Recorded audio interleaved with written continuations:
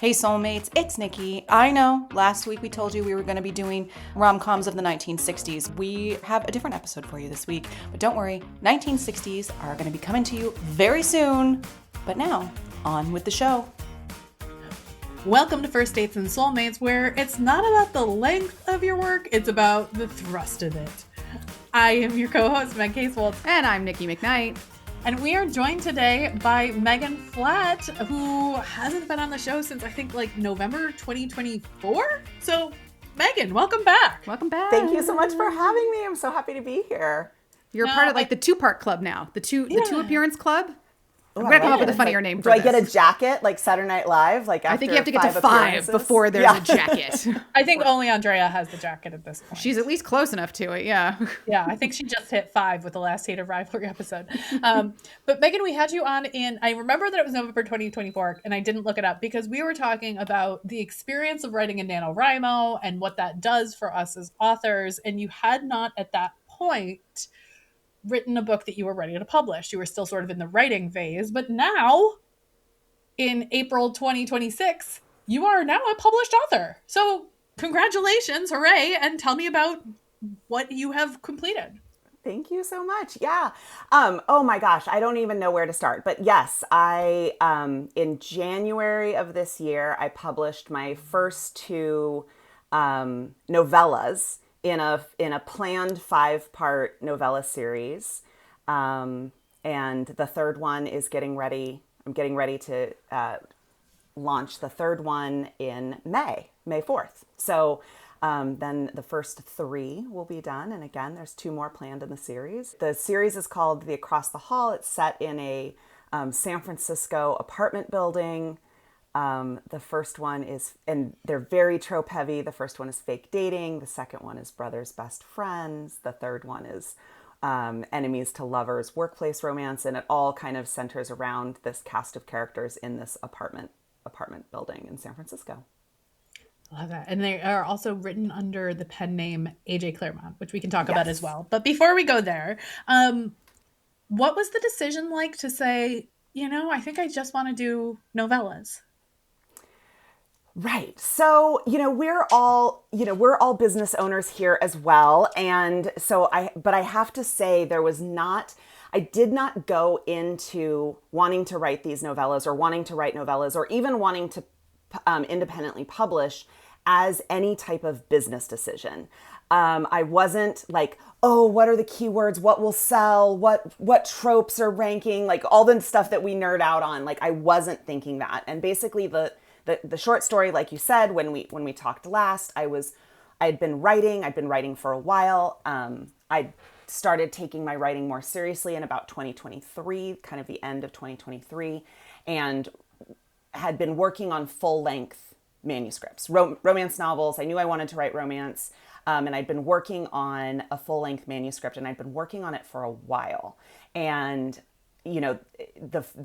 got the first draft done in about 3 months, and then had spent months and months and months editing and getting feedback and editing and getting feedback and tweaking and getting feedback and tweaking. And I got to last summer. So I got to, summer of 2025. And I don't know if burned out isn't quite the right word, but I had just gotten to a point where I was like, I really want to get back to some of that like first draft excitement, a little bit of that like shiny object syndrome. Like I'd been working with these characters in this town, in this, of the full length manuscript for so long that I had lost a little bit of the fun of writing and the like getting to know new characters and getting to know and like, ooh, what if this happens? And what, I'd kind of lost some of that. And so I knew the full length manuscript was going to go back to an editor for some feedback, and that I knew that she was going to have it for, 2 months or so, what her timeline was. And I was like, oh, well, this will be a great time to just start something fun and start something new. And since I'd done NaNoWriMo quite a few times, I knew I could write 50,000 words in a month. So that kind of lent itself to, oh, well, I could probably crank out, this is my delirium. I was like, oh, it's the summer. I have 2 teenagers who aren't going to be in school, and we have all this other stuff planned, but I could probably crank out 3 novellas and publish them all by September. So that was like my fun side project, was like, ooh, let me write some novella length stories, because I wanted to write fast. I wanted to write different stories. I didn't want to write another full length. At the time I was thinking novella length at 25,000 words, because I was thinking about that kind of 2-hour read. So I was like, oh, in 3 months, I can write 3 25,000 word novellas in the same amount of time that it would take me to write one full length, 80,000 words. So I kind of went into the summer like, ooh, this will be fun. This will be I didn't think it would be easy, but I approached it as I wanted to get back to my love of writing. I wanted to do something fun, something different, something new, something fresh. And that was really all that went into it. There wasn't a big like, ooh, I have this big master plan on, becoming a indie, like, I don't know what still don't even know what the plan is. I was like, what is it about entrepreneurs and new projects, but also like the ambition that goes with it? Like, I remember when we started this podcast, both of us said we don't really want to do anything like too huge. We don't want to focus too much on like monetization at this point. We just don't want to do another business podcast, because we've both done them. And now here we are now, 2 years later, almost 102 episodes. Yeah. And it just keeps going. And we're like, oh, it's going to be a small thing. Yeah. That only takes us both about 3 hours a week per episode. It's just a small thing. Right. That's not combined. That's each. Yeah. Yeah. And entrepreneurs are notorious for like trying to monetize their hobbies and monetize their passions. And oh my God, did both of you see this week on Threads, which I spent about a minute. I was like shocked that you brought up that you were on it at all. Because now you're tagging me in Threads, so I need to go double check it. But our friend of the pod, Alexa Martin, posted the most amazing thread that like just took off and went viral, where it was like, what do you mean I monetized my hobby and now I hate it? I saw that too. What do you mean I expected it to make me money and it sucked all the joy out of it? What the hell? Right. Everyone's responses were like, God, just tag me next time. But I think that's so true, that it's like, you started the full-length novel and then you were in a writing program. And I know this because I was sort of with you through this process. Yeah. Where it was like, you sent it to your editor, got feedback, and then you sort of had to parse your own goal for the novel with, oh, what did the editor say? And part of the editor was going, oh, but if you're going to query this to go to traditional publishing, which is your goal, then the traditional publisher would want you to change it in this way. And so then you had to go back in and sort of have this experience of, what was it that I intended from this story versus what will sell? Right.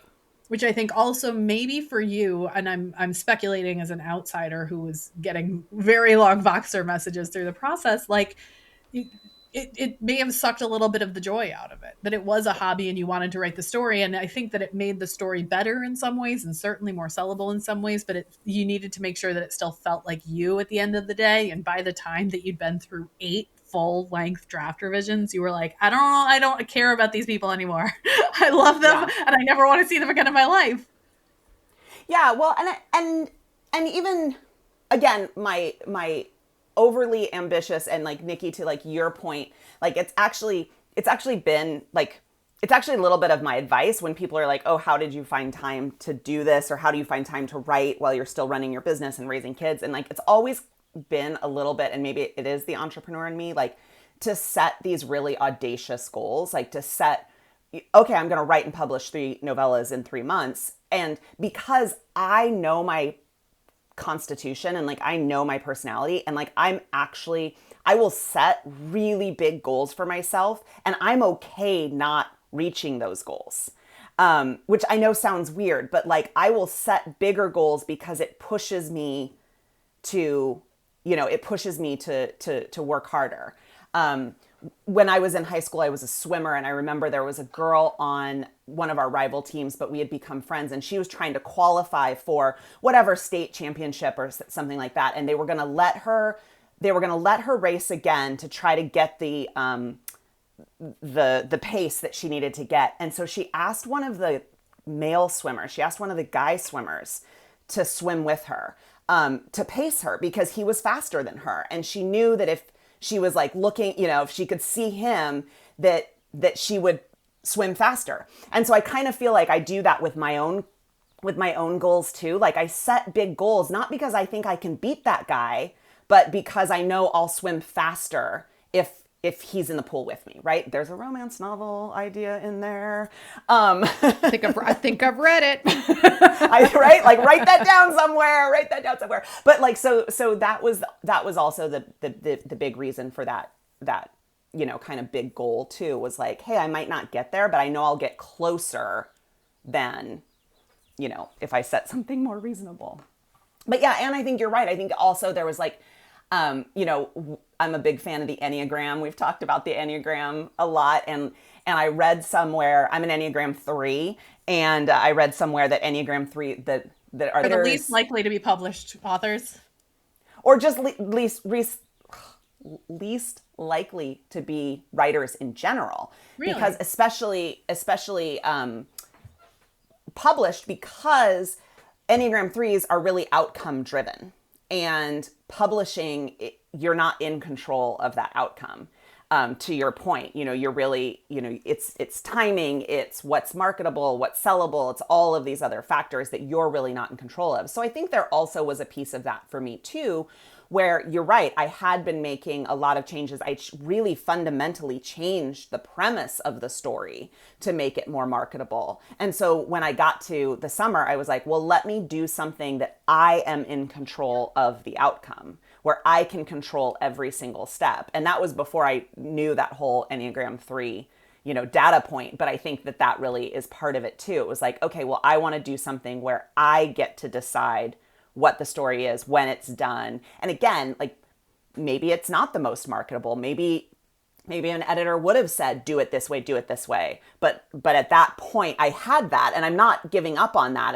And I still have that in one bucket, but in this bucket over here, I get to Enneagram 3, the, SHIT out of these books. I'm like, here's the deadline, here's the date, here's my pace, here's how I'm writing, here's the publication schedule. I get to be in control of it all. Yeah, I did something similar with Peppermint Bark, especially, where you and I were in a writers group with Alexa, actually. So this would have been 2024. And I remember in January, we were like setting our goals for the year. And either Jamie or Alexa was like, well, then just pick the date that you're going to publish it. Mm-hmm. Because you're just going to sit on the piece. You're going to just tweak the hell out of that manuscript and be in revision for the rest of your life. Right. If you don't have a date. And so working to that deadline made a huge difference. And I think also working to a word count can be something that can also be inspiring in some ways. So let's really quickly zoom out. I'm going to say, what is the definition of a novella? Which probably should have started there. So for listeners who are thinking what is that? A novella is typically 20,000 to 50,000 words, which in Kindle numbers is anywhere around 70 to 200 Kindle normalized pages, depending on formatting and how many line breaks you do and that kind of thing. If it's shorter than 20,000 words, it's often called a short story. If it's over 50,000 words, it's typically considered to be a novel. Now, there are some 50,000 word stories that are short novels. I would actually put, the more I learned about novellas in prep for this episode, I would put Making Spirits Bright as short novel, not novella. But what were your thoughts around I want to cap this at 30,000 words? Yeah. Well, and I think that can go in a couple of different directions as far as what I was thinking. And again, part of it is I wasn't thinking too much, and I was doing, it was just a little bit of a math equation, and it was a little bit around NaNoWriMo's 50,000 words. I do think as much as I said, I didn't think too much about this. I knew that Amazon had a 2-hour read category. And so I think that was my jumping off point, was what qualifies as a 2-hour read to land in that category. And we that's usually, my understanding is that's usually 25 to 30,000 words falls into 2-hour read. And then it sort of goes down from there. Exactly. 25,000 to 30,000 words. And then we can talk a little bit about why my books don't actually fit into that 2-hour read, or they do technically, but again, we can talk about that and what's coming up in those searches and stuff like that, and what I chose to write because again, I was writing what I wanted to write. I wasn't necessarily writing like, oh, what's ranking? Let me write that story, and for better or for worse. I mean, if I was going, what's ranking? Let me write that story. I would be writing vampire hockey romance age gap. Right, so. Exactly. Or in the 2-hour read category, it's ex-military, it's biker gangs, it's mountain men. It's those three things are the top of the 2-hour read category. And so like, not that there's anything wrong with those, that just wasn't what I wanted to write. So again, it wasn't as much a like, how can I rank in this 2-hour read category, as more as I was using it as a container. Like, oh, okay, well, there's this thing called a 2-hour read. And then as you know, Meg, with Making Spirits Bright, each book, because there's an interconnected cast and because I'm bringing in the past characters, each book is getting a tiny bit thicker. Like I just got the author copy for book 3. So here's the like, they're each one. Book 1 started out at 25,000 words. I kept it there. And then book 2 was 32,000 words. And then book 3 is 40,000 words. So, they're getting a little outside that 2-hour read category. Take your numbers, add 100,000 to them, and then that'll be about what. And then that's Meg's books. I think it's an interesting concept about the idea of constraint as it relates to setup.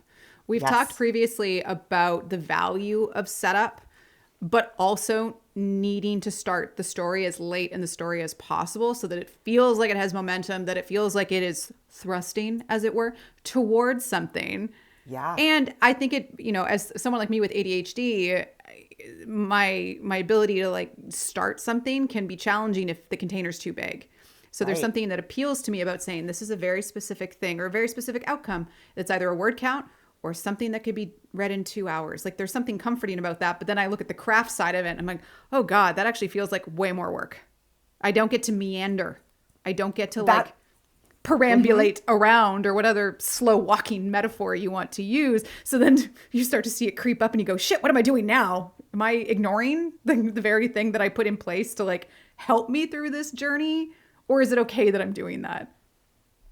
I think that's exactly it. And I think as I was prepping for this, I was really thinking about like that question of like, how do you write a novella? And is a novella harder or easier to write than a full length book? And I think it's, in some ways, it's kind of apples and oranges, right? Like there's a whole different set of challenges with trying to tell, because again, there are some really fun, really great. In fact, I was in a little bit of a reading slump. I had been lamenting to Meg. And so I, jumped into some novellas to help me get out of a reading slump. And there are some really fun insta love, erotica, borderline erotica, like just like zero plot. And they're super fun and they're super enjoyable. And it's like candy, right? Like they're so fun. And that's not what I wanted to write. I wanted to write these contemporary stories, very trope heavy, very spicy, but I wanted them to have character development. I wanted them to have a plot. I wanted there to be a story. I wanted there to be character growth. And trying to do that in 25, 30, 40,000 words is really challenging when you don't have an extra 50,000 words or 100,000 words to, like you said, Nikki, to tell all those little backstories, to get the audience to believe that this person has a flaw and that they're not just a bitch. Like I equated it to, it's like packing a carry-on, right?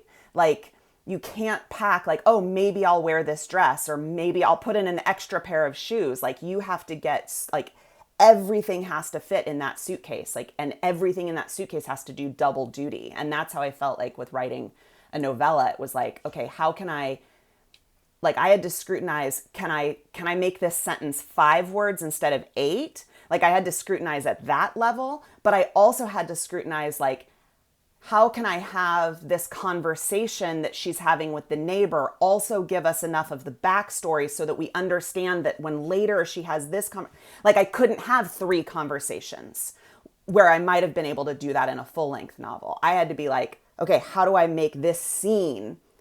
How is this the jacket that I can wear 3 different times on this vacation? Like I had to make each scene. And so that there's a challenge in that is different challenges for writing a full length novel. Yeah, and I think the constraint and the compression is the art. And so I think even though it's shorter to write, like you have to be planning ahead that much more or go into it with a very strong premise. And so you just kind of jokingly were like, oh, well, a lot of the ones that I read were insta-love because that's easy to write into a novella. And I think sometimes making those decisions early on of what are the tropes that work in this compressed format of insta-love, of forced proximity. Yeah. Yeah, exactly. Of holidays are often novellas because you have like a very tight timeline that you're working with.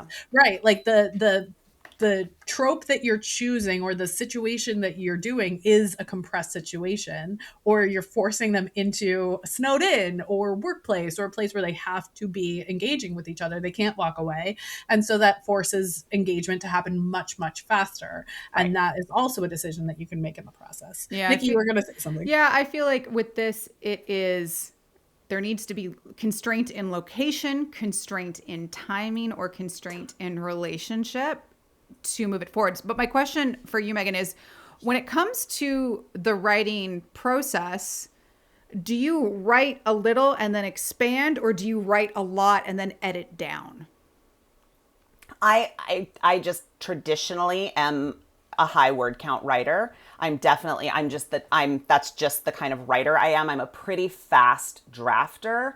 And so I would just say, in general, whether I'm writing a novella or whether I'm writing a full-length novel, I think I got my full-length manuscript up to like 120,000 words and then had to bring it back down to the 85,000 word mark. So I think in general that's me versus having to add more. But I think I also kept my container a little tighter even in my writing with the novellas, like just also, and then from a time, like a literal time on our human calendar of like when I wanted to publish, I also knew that I didn't want to like have to cut half the words. I didn't want to take the time to figure that out too. So I constrained myself a little more even in my writing. I'm curious for both of you, because you're both writers. Was it Stephen King that kind of popularized the kill your darlings phrase? This shows up a lot in any type of creative work that you might think this is the best thing. This is the coolest thing. And then you actually get into production of the manuscript, of the screenplay, whatever it is. And you're like, oh, it doesn't really fit here. I need to remove it, but I really don't want to. And with novellas, I feel like the I really don't want to is often butting up against the constraint of the word count or the size. So how do both of you manage this? I love this so much, but it literally cannot fit. Yep. In this story as it needs to be. It happened in book 3. It happened in Kiss and Break Up that I'm just getting ready to publish, and I had to cut a sex scene, which like broke my heart because it was a really good sex scene. And like spoiler alert, like it's supposed to be it's workplace romance, and this was the like on the desk sex scene that I feel like is like that has to happen. You have a desk, you're in a workplace. Why are we not fucking on it? Maybe it's gonna be a bonus chapter you'll release after. Is like join my mailing list, get the desk fucking chapter. I like this. Great, because I had to like that packing analogy, right? Like I had to like we always talk about sex scenes just in general, like they have to move the story forward. There has to be character development. And it was after I got like some beta reader feedback on that, because it's enemies to lovers, which like side note is funny because enemies to lovers is actually not my personal favorite trope. So it was really interesting writing an enemies to lovers story. But like, so I had to figure out I don't want the reader to hate the female main character just because the male main character doesn't like her. I don't want the so I had to kind of figure out like, what is this character growth?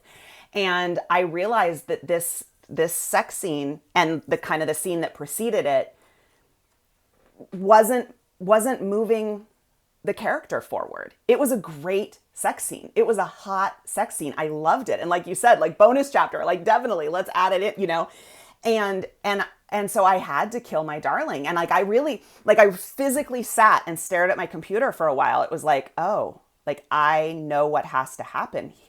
And like the trade-off of like, I need to add a scene where she talks to her elderly neighbor because we need to see how kind and caring and sweet and wonderful she is. And I have to cut the sex scene to make room for it.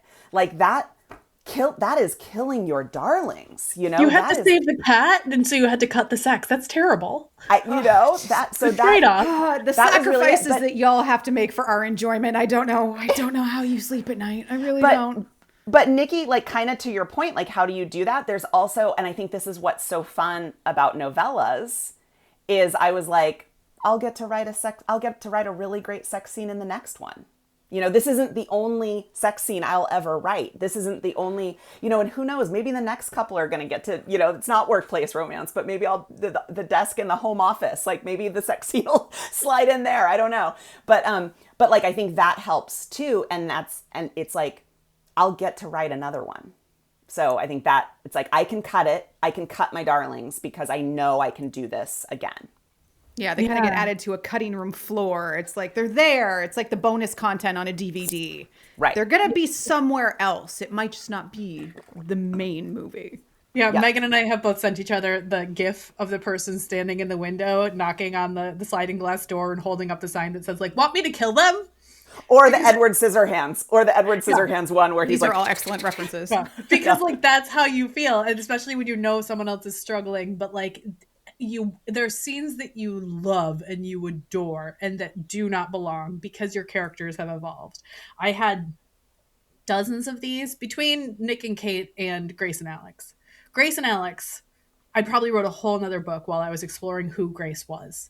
And I had this scene that I loved where they just fell asleep watching a movie, and they woke up because his mom walked in and was like, what the hell are you doing with Grace? Like, this isn't, but then it never made sense for her to be at the house that late. And so it had to go. It was very sweet, but it was not who they were at the time that I was ready to publish. And to Megan's point, like I have another incredible sex scene that I loved from Kate and Nick's book where there's a camera involved, there's nudes involved. But I knew that if I had nudes that they had taken in a past timeline, then that would have to push into the present timeline, or Nick would have to say to his publicist, yes, nudes exist of me. And it would have created this whole subplot, and it wasn't a space that I wanted to get to. I had several of those that would have created I had a whole thing where like Kate listened to Nick's audiobook while she masturbated to hear his voice. And then I'm like, no, but then that creates these other threads that I have to chase. And I don't want to I need to stay to the core story. And but so I'm just saying that audiobook thing would be a good, maybe not for Nick and Kate, but as a good story. Right. So that like photographer. Putting in my request. The photographer scene has already been like removed, but in my head, it has been slotted into the next series, book 4. Mm-hmm. Right. Yeah. So it's not just that like, oh, I get to write another one. It's like, no, I loved that scene so much that will now become the starting point for future characters that are still in my head, but I know that's their one night stand. And then it ends. And then it, you know, and so like starting from there, having a whole book that I can take that darling and extract it and go, what can that grow into if I plant it now? That's how I approach killing my darlings. I have I have hundreds of thousands of words of darlings that I've killed for the All or Nothing series. Every book gets fewer of them because I think I'm clearer as a writer, but Grace and Alex, I could literally publish an entirely separate book, but it wouldn't make sense. And I think it's like a bonus chapter. You know, some authors will do the thing. They'll kind of pull all their bonus stories together into like an anthology of like, here's them making breakfast. Here's them in this story. Here's them in this story. Like Lily Morton calls them the short stacks. Only James does like family and felonies. So, you know, I'm just saying there could be a second life for them that you just group together. In my experience, and this may not be true for everyone, the reason they were cut is that they don't fit anymore, not because I didn't have space for them. Right. So there's also that. And I think like I've cannibalized a lot of other half stories and first draft story, like even for this novella series, like the opening of book 1 was a whole nother story that I had started to draft. You know, like the concept from that, I was like, oh wait, this guy hits on her in the bar, and a stranger comes up and pretends to be her husband to get her, you know, away from this. And like I had that already written, and I was like, okay, what if that's the jumping off point for this novella? And the same thing as I'm thinking ahead to book 4, I have another draft that I've written where she like wakes she wakes the character up from he's having a nightmare on the couch. And I was like, oh, that concept will fit into book 4. So I think these ideas, these darlings, they like float around, and then we like kind of pluck them out and put them where they need to be too. I love that. So let's change gears a little bit. And Nikki, I'm going to ask you this one. What's the expectation of the reader when you reach for a novella instead of a novel? Like, what are the reasons that you want a novella? Novellas for me typically fall into one of two categories. One, it's like a 0.5 book in a series. So it's pulling in a side character that doesn't really get a full story. Or it's saying, it's going back to one of the initial couples maybe and saying, well, here's them at their wedding. Here's them on vacation. Like let's just kind of give them maybe almost like a longer epilogue. So it's typically where they come in for me, is kind of that 0.5 book in a series. The other place they show up the most is in book promotions. Things like Your Book Boyfriend, Summer of Love, all of these things where authors will give novellas as this is a teaser book to launch a new series. So this is like book 0 or 0.5 to a 1, or they're going to take an existing piece of IP or an existing story and say, this is the teaser version. It's going to expand out. I've mentioned the book Suck on the show before, Cora Rose and E.M. Lindsay. And they released that as a novella with them saying, the full-length version of this is going to be available in a few months once this promotion is done. So I like those because for me, they get to be a teaser of a new work, or more often a new author. It's just like, for me, I can read a novella in maybe 45 minutes. So it's not a huge drain on my time to just kind of say, it's like an amuse-bouche. It is a tasting menu of new authors and new stories that if I don't like it, I'm like, cool, it's going to be half hour, 45 minutes. And then I never have to look at this again. I'm actually, Megan knows this, but Nikki, I don't know if I've told you this. I'm actually in the process of writing a prequel novella for All or Nothing that should come out at some point this summer, because I want to have that entry point for people of here's 15,000 words to get to know this world, where it's not a heavy lift. It's just, so I call it a prequel novella because I want it to feel like you can enter the series here, but you don't need it. So it's Alex, Nick, and Mallory's parents meeting each other. It's Bruce and Helen. So I go back into the 90s and they have Melrose Place hair and they've got big chunky shoes and they're wearing choker necklaces and they meet because of a fax and like all of these things that are like technically historical, and it makes me uncomfortable. Oh, no, vintage is a horrible way to describe the 90s. I know. And like Berlin's Take My Breath Away starts to play from Top Gun. And there's just like all these little moments that I get to play with time, in addition to saying, oh, if you like Bailey Seaborn, you're also going to like Some Found Family. We're also going to have the city as part of the story. We're also going to have, what's happening with it's 5 people in the entire thing.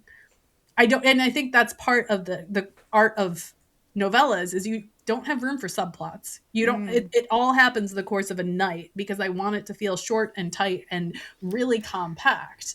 And I hope that also gives people the experience of like, I liked this, I will read on, or I didn't like this and I don't need to commit to 100,000 words because the 15 told me that. I'm just really curious what the actual final word count of that is going to be. You say 15, right?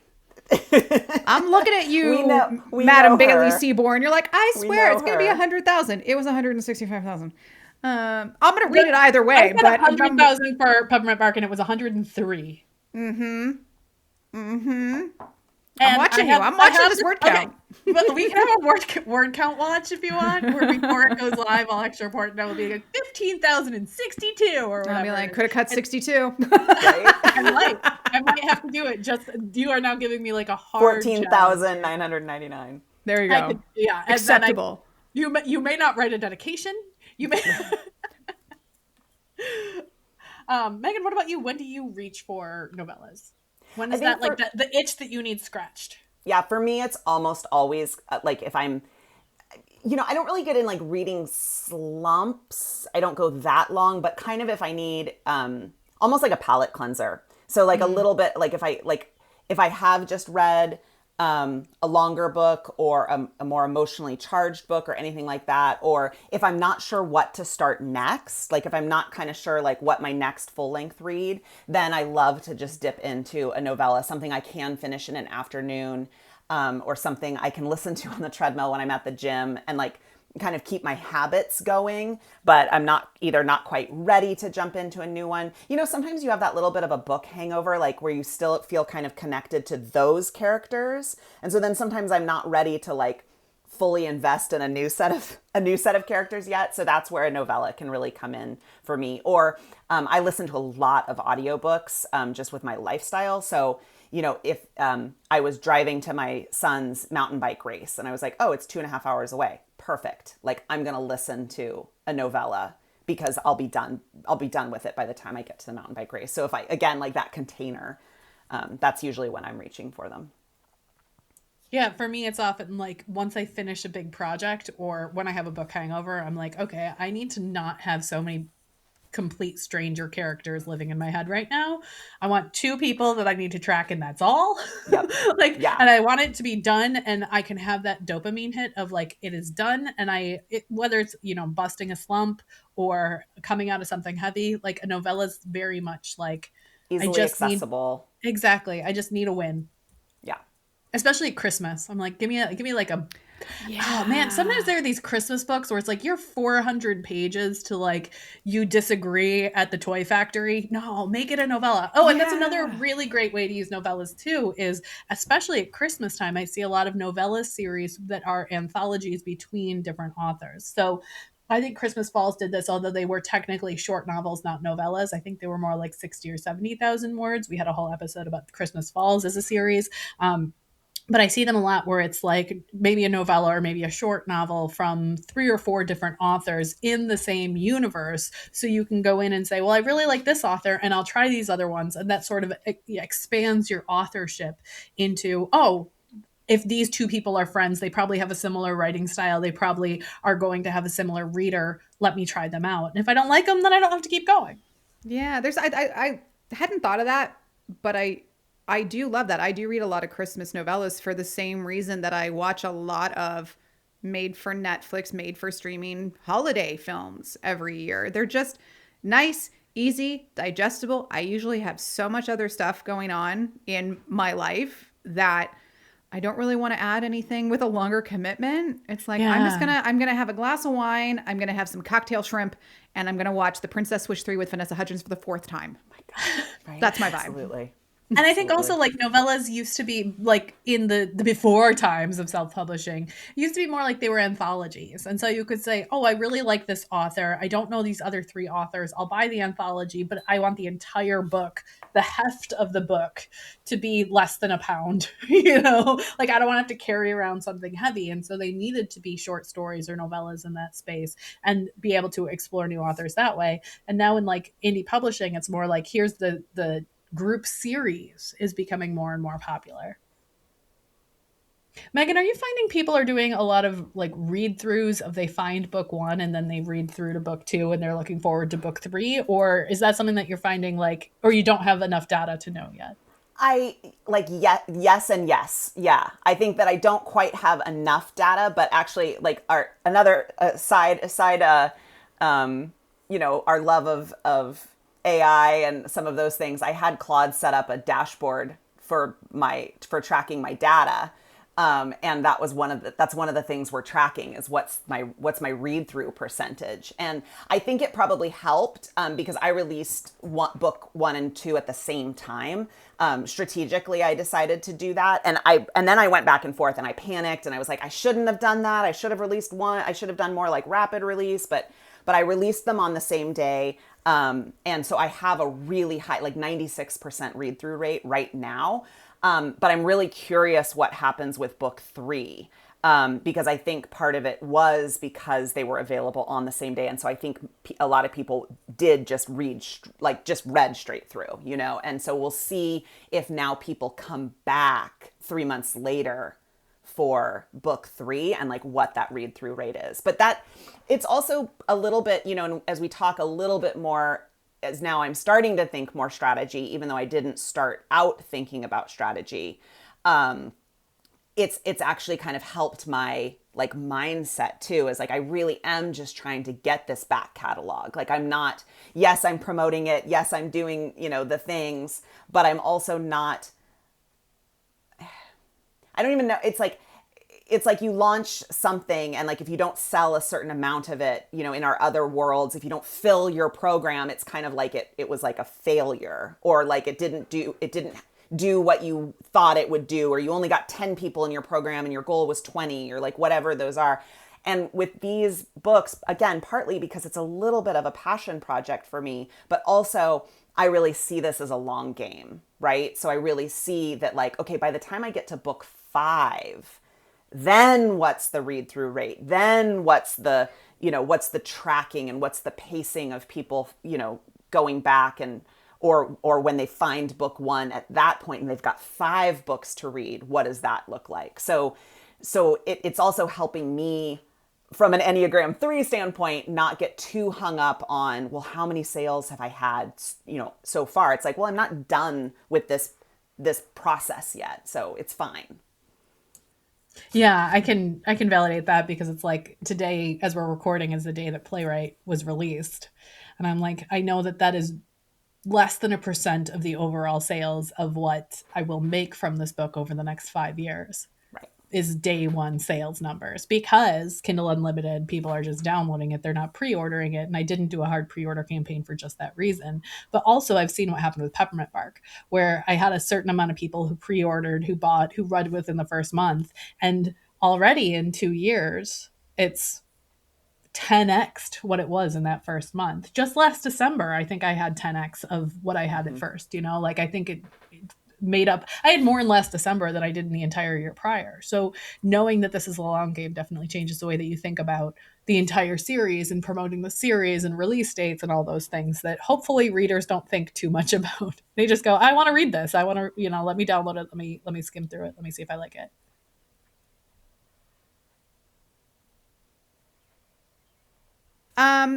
So when we think of novellas as a structure, we've talked about constraint, and we've talked about, you know, getting really specific with a scenario or a situation or a character beat that we're going to talk about, and really just keep it there. When you start thinking about the next novella or the next story you want to tell, do you ever go into it feeling like, oh God, this is going to be hard to meet these needs in such a way that like, I kind of don't want to write it. It's hard to start because it's like, this is going to take so much mental work to do this damn thing. And fuck it, I'm going to write 200,000 and I'm going to put it on AO3 and just call it a day. Yeah, because again, like, and I think there's different, if you were talking to a different writer, a different author who wrote a different novella, like maybe they would feel different. But like for me, I'm sure you guys have talked about the like Gwen Hayes romancing the beat kind of structure, like this 20 beat structure for romance novels. And so for me, I wanted to write contemporary romance.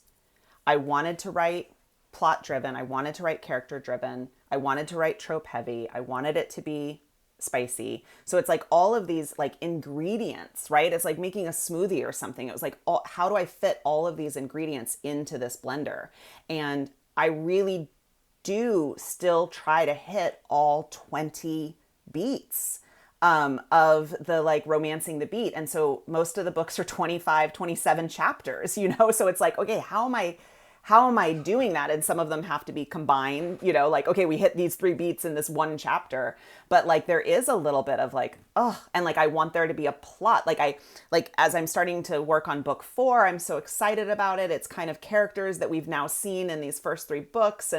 And it's a blackout, it's forced proximity. Like it's something I've been thinking about for a while. And then I started writing it and I was like, so excited. I'm like, oh my God, this is my favorite one so far. And then I really stopped and I was like, what the hell happens in this book? Like I've got the trope. I've got what do I have to do now? Shit. You know, shit. Exactly. And like what are these what is this character growth that's going to happen? Like the first novella takes place basically over a weekend and then kind of 1 week later.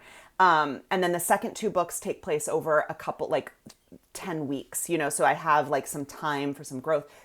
It's a 24-hour, actually I decided I better make it a 48-hour blackout, because a 24-hour blackout was just like, but like, how do I make an entire plot arc, including character development, including growth, including them solving their own problems, right? Because the advice I got really early on about romance novels is that you can't, the characters' problems can't be solved because they get together, right? Like they have to have their own growth. They have to come into themselves. They have to solve their problem. And like, how am I going to do that in 48 hours? And so I did kind of be like, oh, maybe we're going to put that one to the side for a minute, So yeah, it is hard. And there is a little bit of a like, I got to do this again, like Megan, whose idea was this? I think you might be writing short novels. I think you might not be writing novellas, because I don't think novellas have to do all that. I think sometimes novellas can just be like, here's the meet cute, wee, like no, it I think you're 100%. I think you're 100% right. And that may hurt me in the long run, right? Like, I think that maybe there is, there is a market for people that want to read, and sometimes it's me, like there is a market for people that want to read those really short, insta-love, biker, ex-military on a mountaintop, like that want to read that. And then there's people that want to read long, meaty, character-driven, plot-driven romance novels. And I'm trying to write in the middle of that. And it may completely backfire on me. It may not be. There may not be a market for it. So we'll see. Ask me in a couple of more months. But right now, it's what I'm enjoying writing. And that's it's fueling that for me.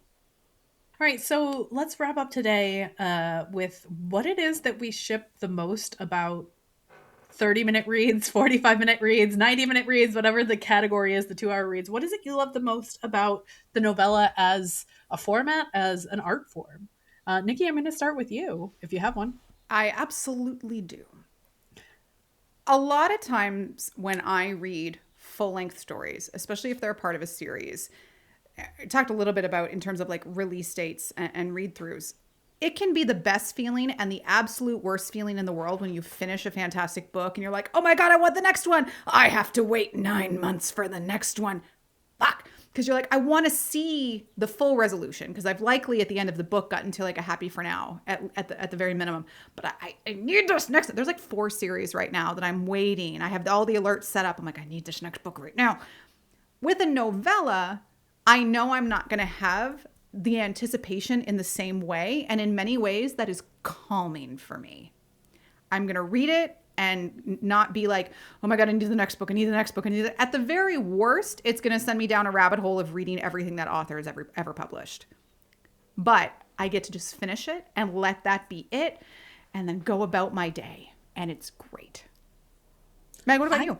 I thought you were going to talk about mid-series novellas as like, I'm waiting for the next book and then a novella comes out and I'm like, oh, I get a little morsel. I get a little taste. That too. But it's not, most of the series I'm reading right now don't have. I've seen those drop. Well, what I've seen happen more often now is they're doing the bonus epilogues to like, give me your email address and get the rest of it. Or they're releasing little teasers on their Patreon.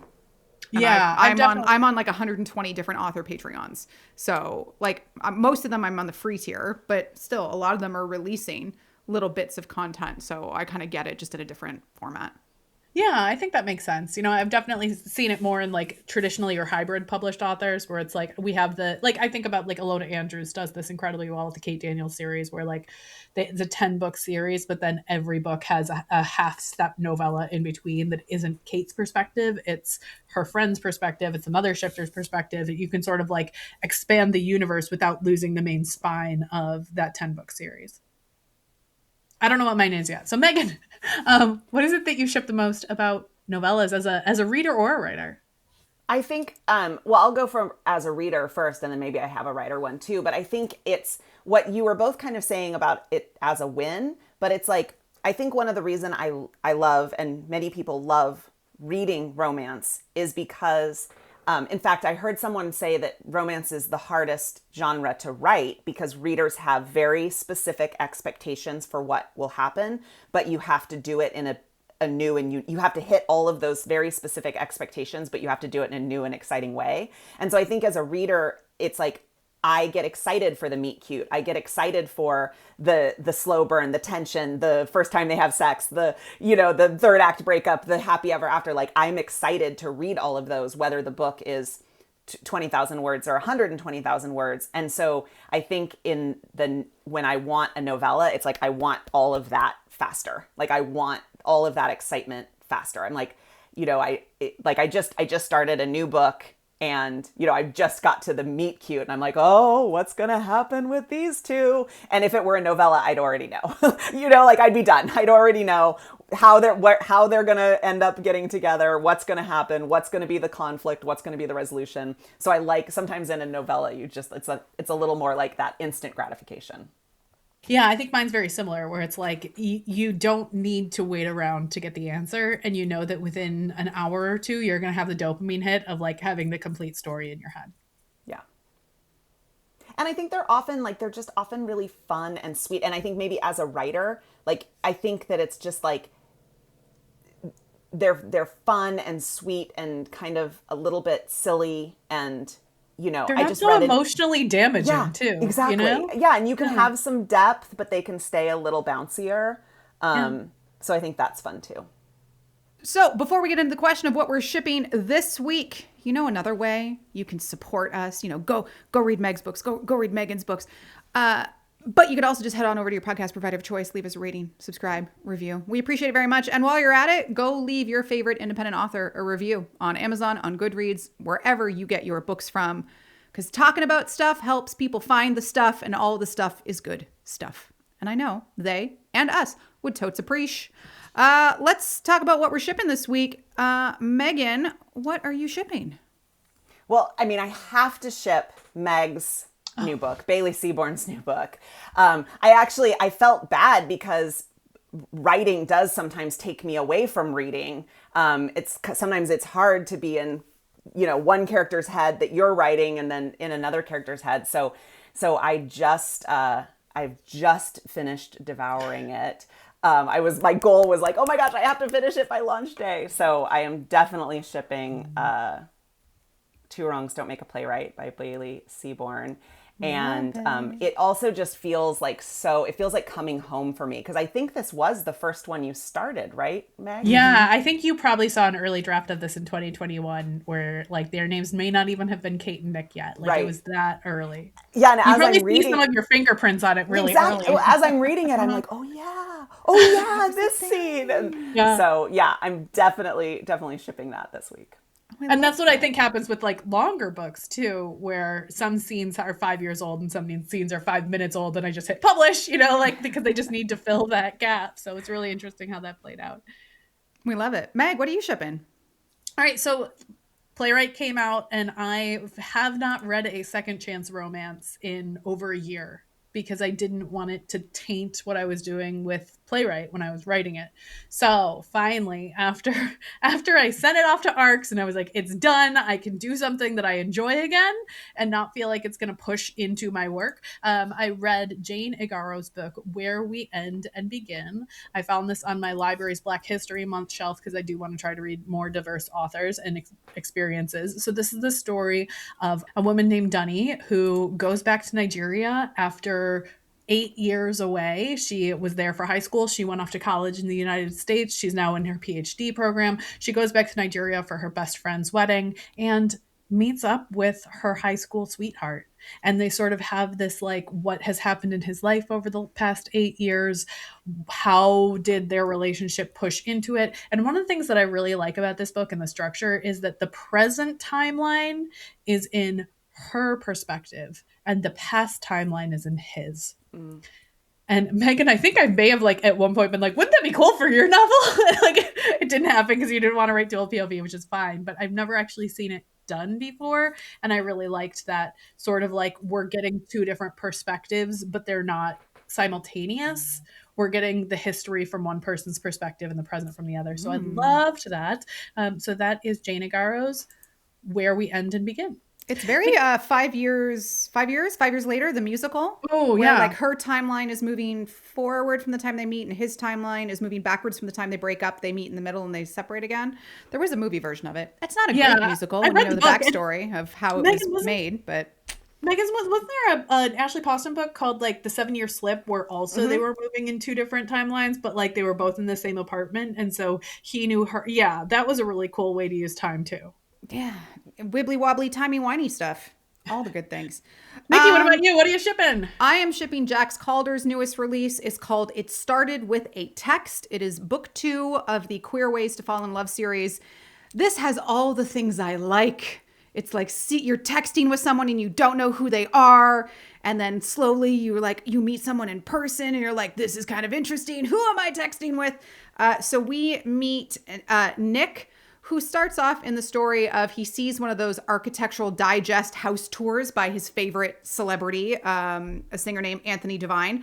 And it's like, here's this and here's this. He goes, oh, it's so pretentious. So he makes his own version of that in his kind of rundown, shitty apartment. Like, and here's the shower that does not work. And you can see this is very student chic, kind of drab.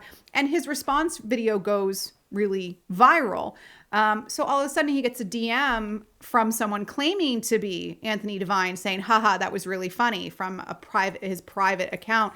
And Nick's like, I don't believe you're actually him, but this is actually a really fun conversation. So over a period of time, they continue texting each other. Anthony keeps saying that, yes, I am the singer, Anthony Devine. And Nick's like, I don't believe you, but this is really fun. Let's keep going. And then Anthony says to Nick, I'm in town for a concert at Madison Square Garden. You should come. And he's like, ha, sure. I will meet you there. So there's Nick in the audience. Anthony's up on stage. And he's like, hey, everyone, I am meeting this person after the show tonight, and he's here. And Nick is in the audience going, that's weird. Oh my God, no. That's weird. So then Anthony's up on stage. He gets his phone out and he goes, let's all film a video to say hi, Nick. And he gets the entire 20,000 plus people at Madison Square Garden to go, hi, Nick. And he sends it via their group chat. There's Nick in the audience getting this video, looking at the stage, getting this video and going, oh, fuck. And then it's about what happens after that and how does their relationship continue to evolve. It's very fun. It's very cute. Both characters are super fun. So if you want to have a good light time, It Started With a Text by Jax Calder. That is all for us today. Megan, where can people find you? How can people support you? Tell the folks where to go and what to do. Yeah, thank you so much. Like Meg mentioned, I write under a pen name, AJ Claremont. So you can go to ajclaremont.com. You can find my books on Amazon under AJ Claremont, or you can go to AJ Claremont Writes on Instagram and follow along with all the fun there. Beautiful. We like it when a project comes together. There are a couple ways that we'd love to talk to you about how you can support the show and how you can do that for $0. First of all, please rate, review, and subscribe on Apple Podcasts, Spotify, your provider of choice. Leave us a comment on Spotify. We love to get them. Leave us a comment on the YouTube. We also enjoy that very much. Follow us on social media. We are at First Dates and Soulmates on Instagram, Facebook, TikTok, YouTube, and now Threads. I'm a little unhinged over there. You are welcome.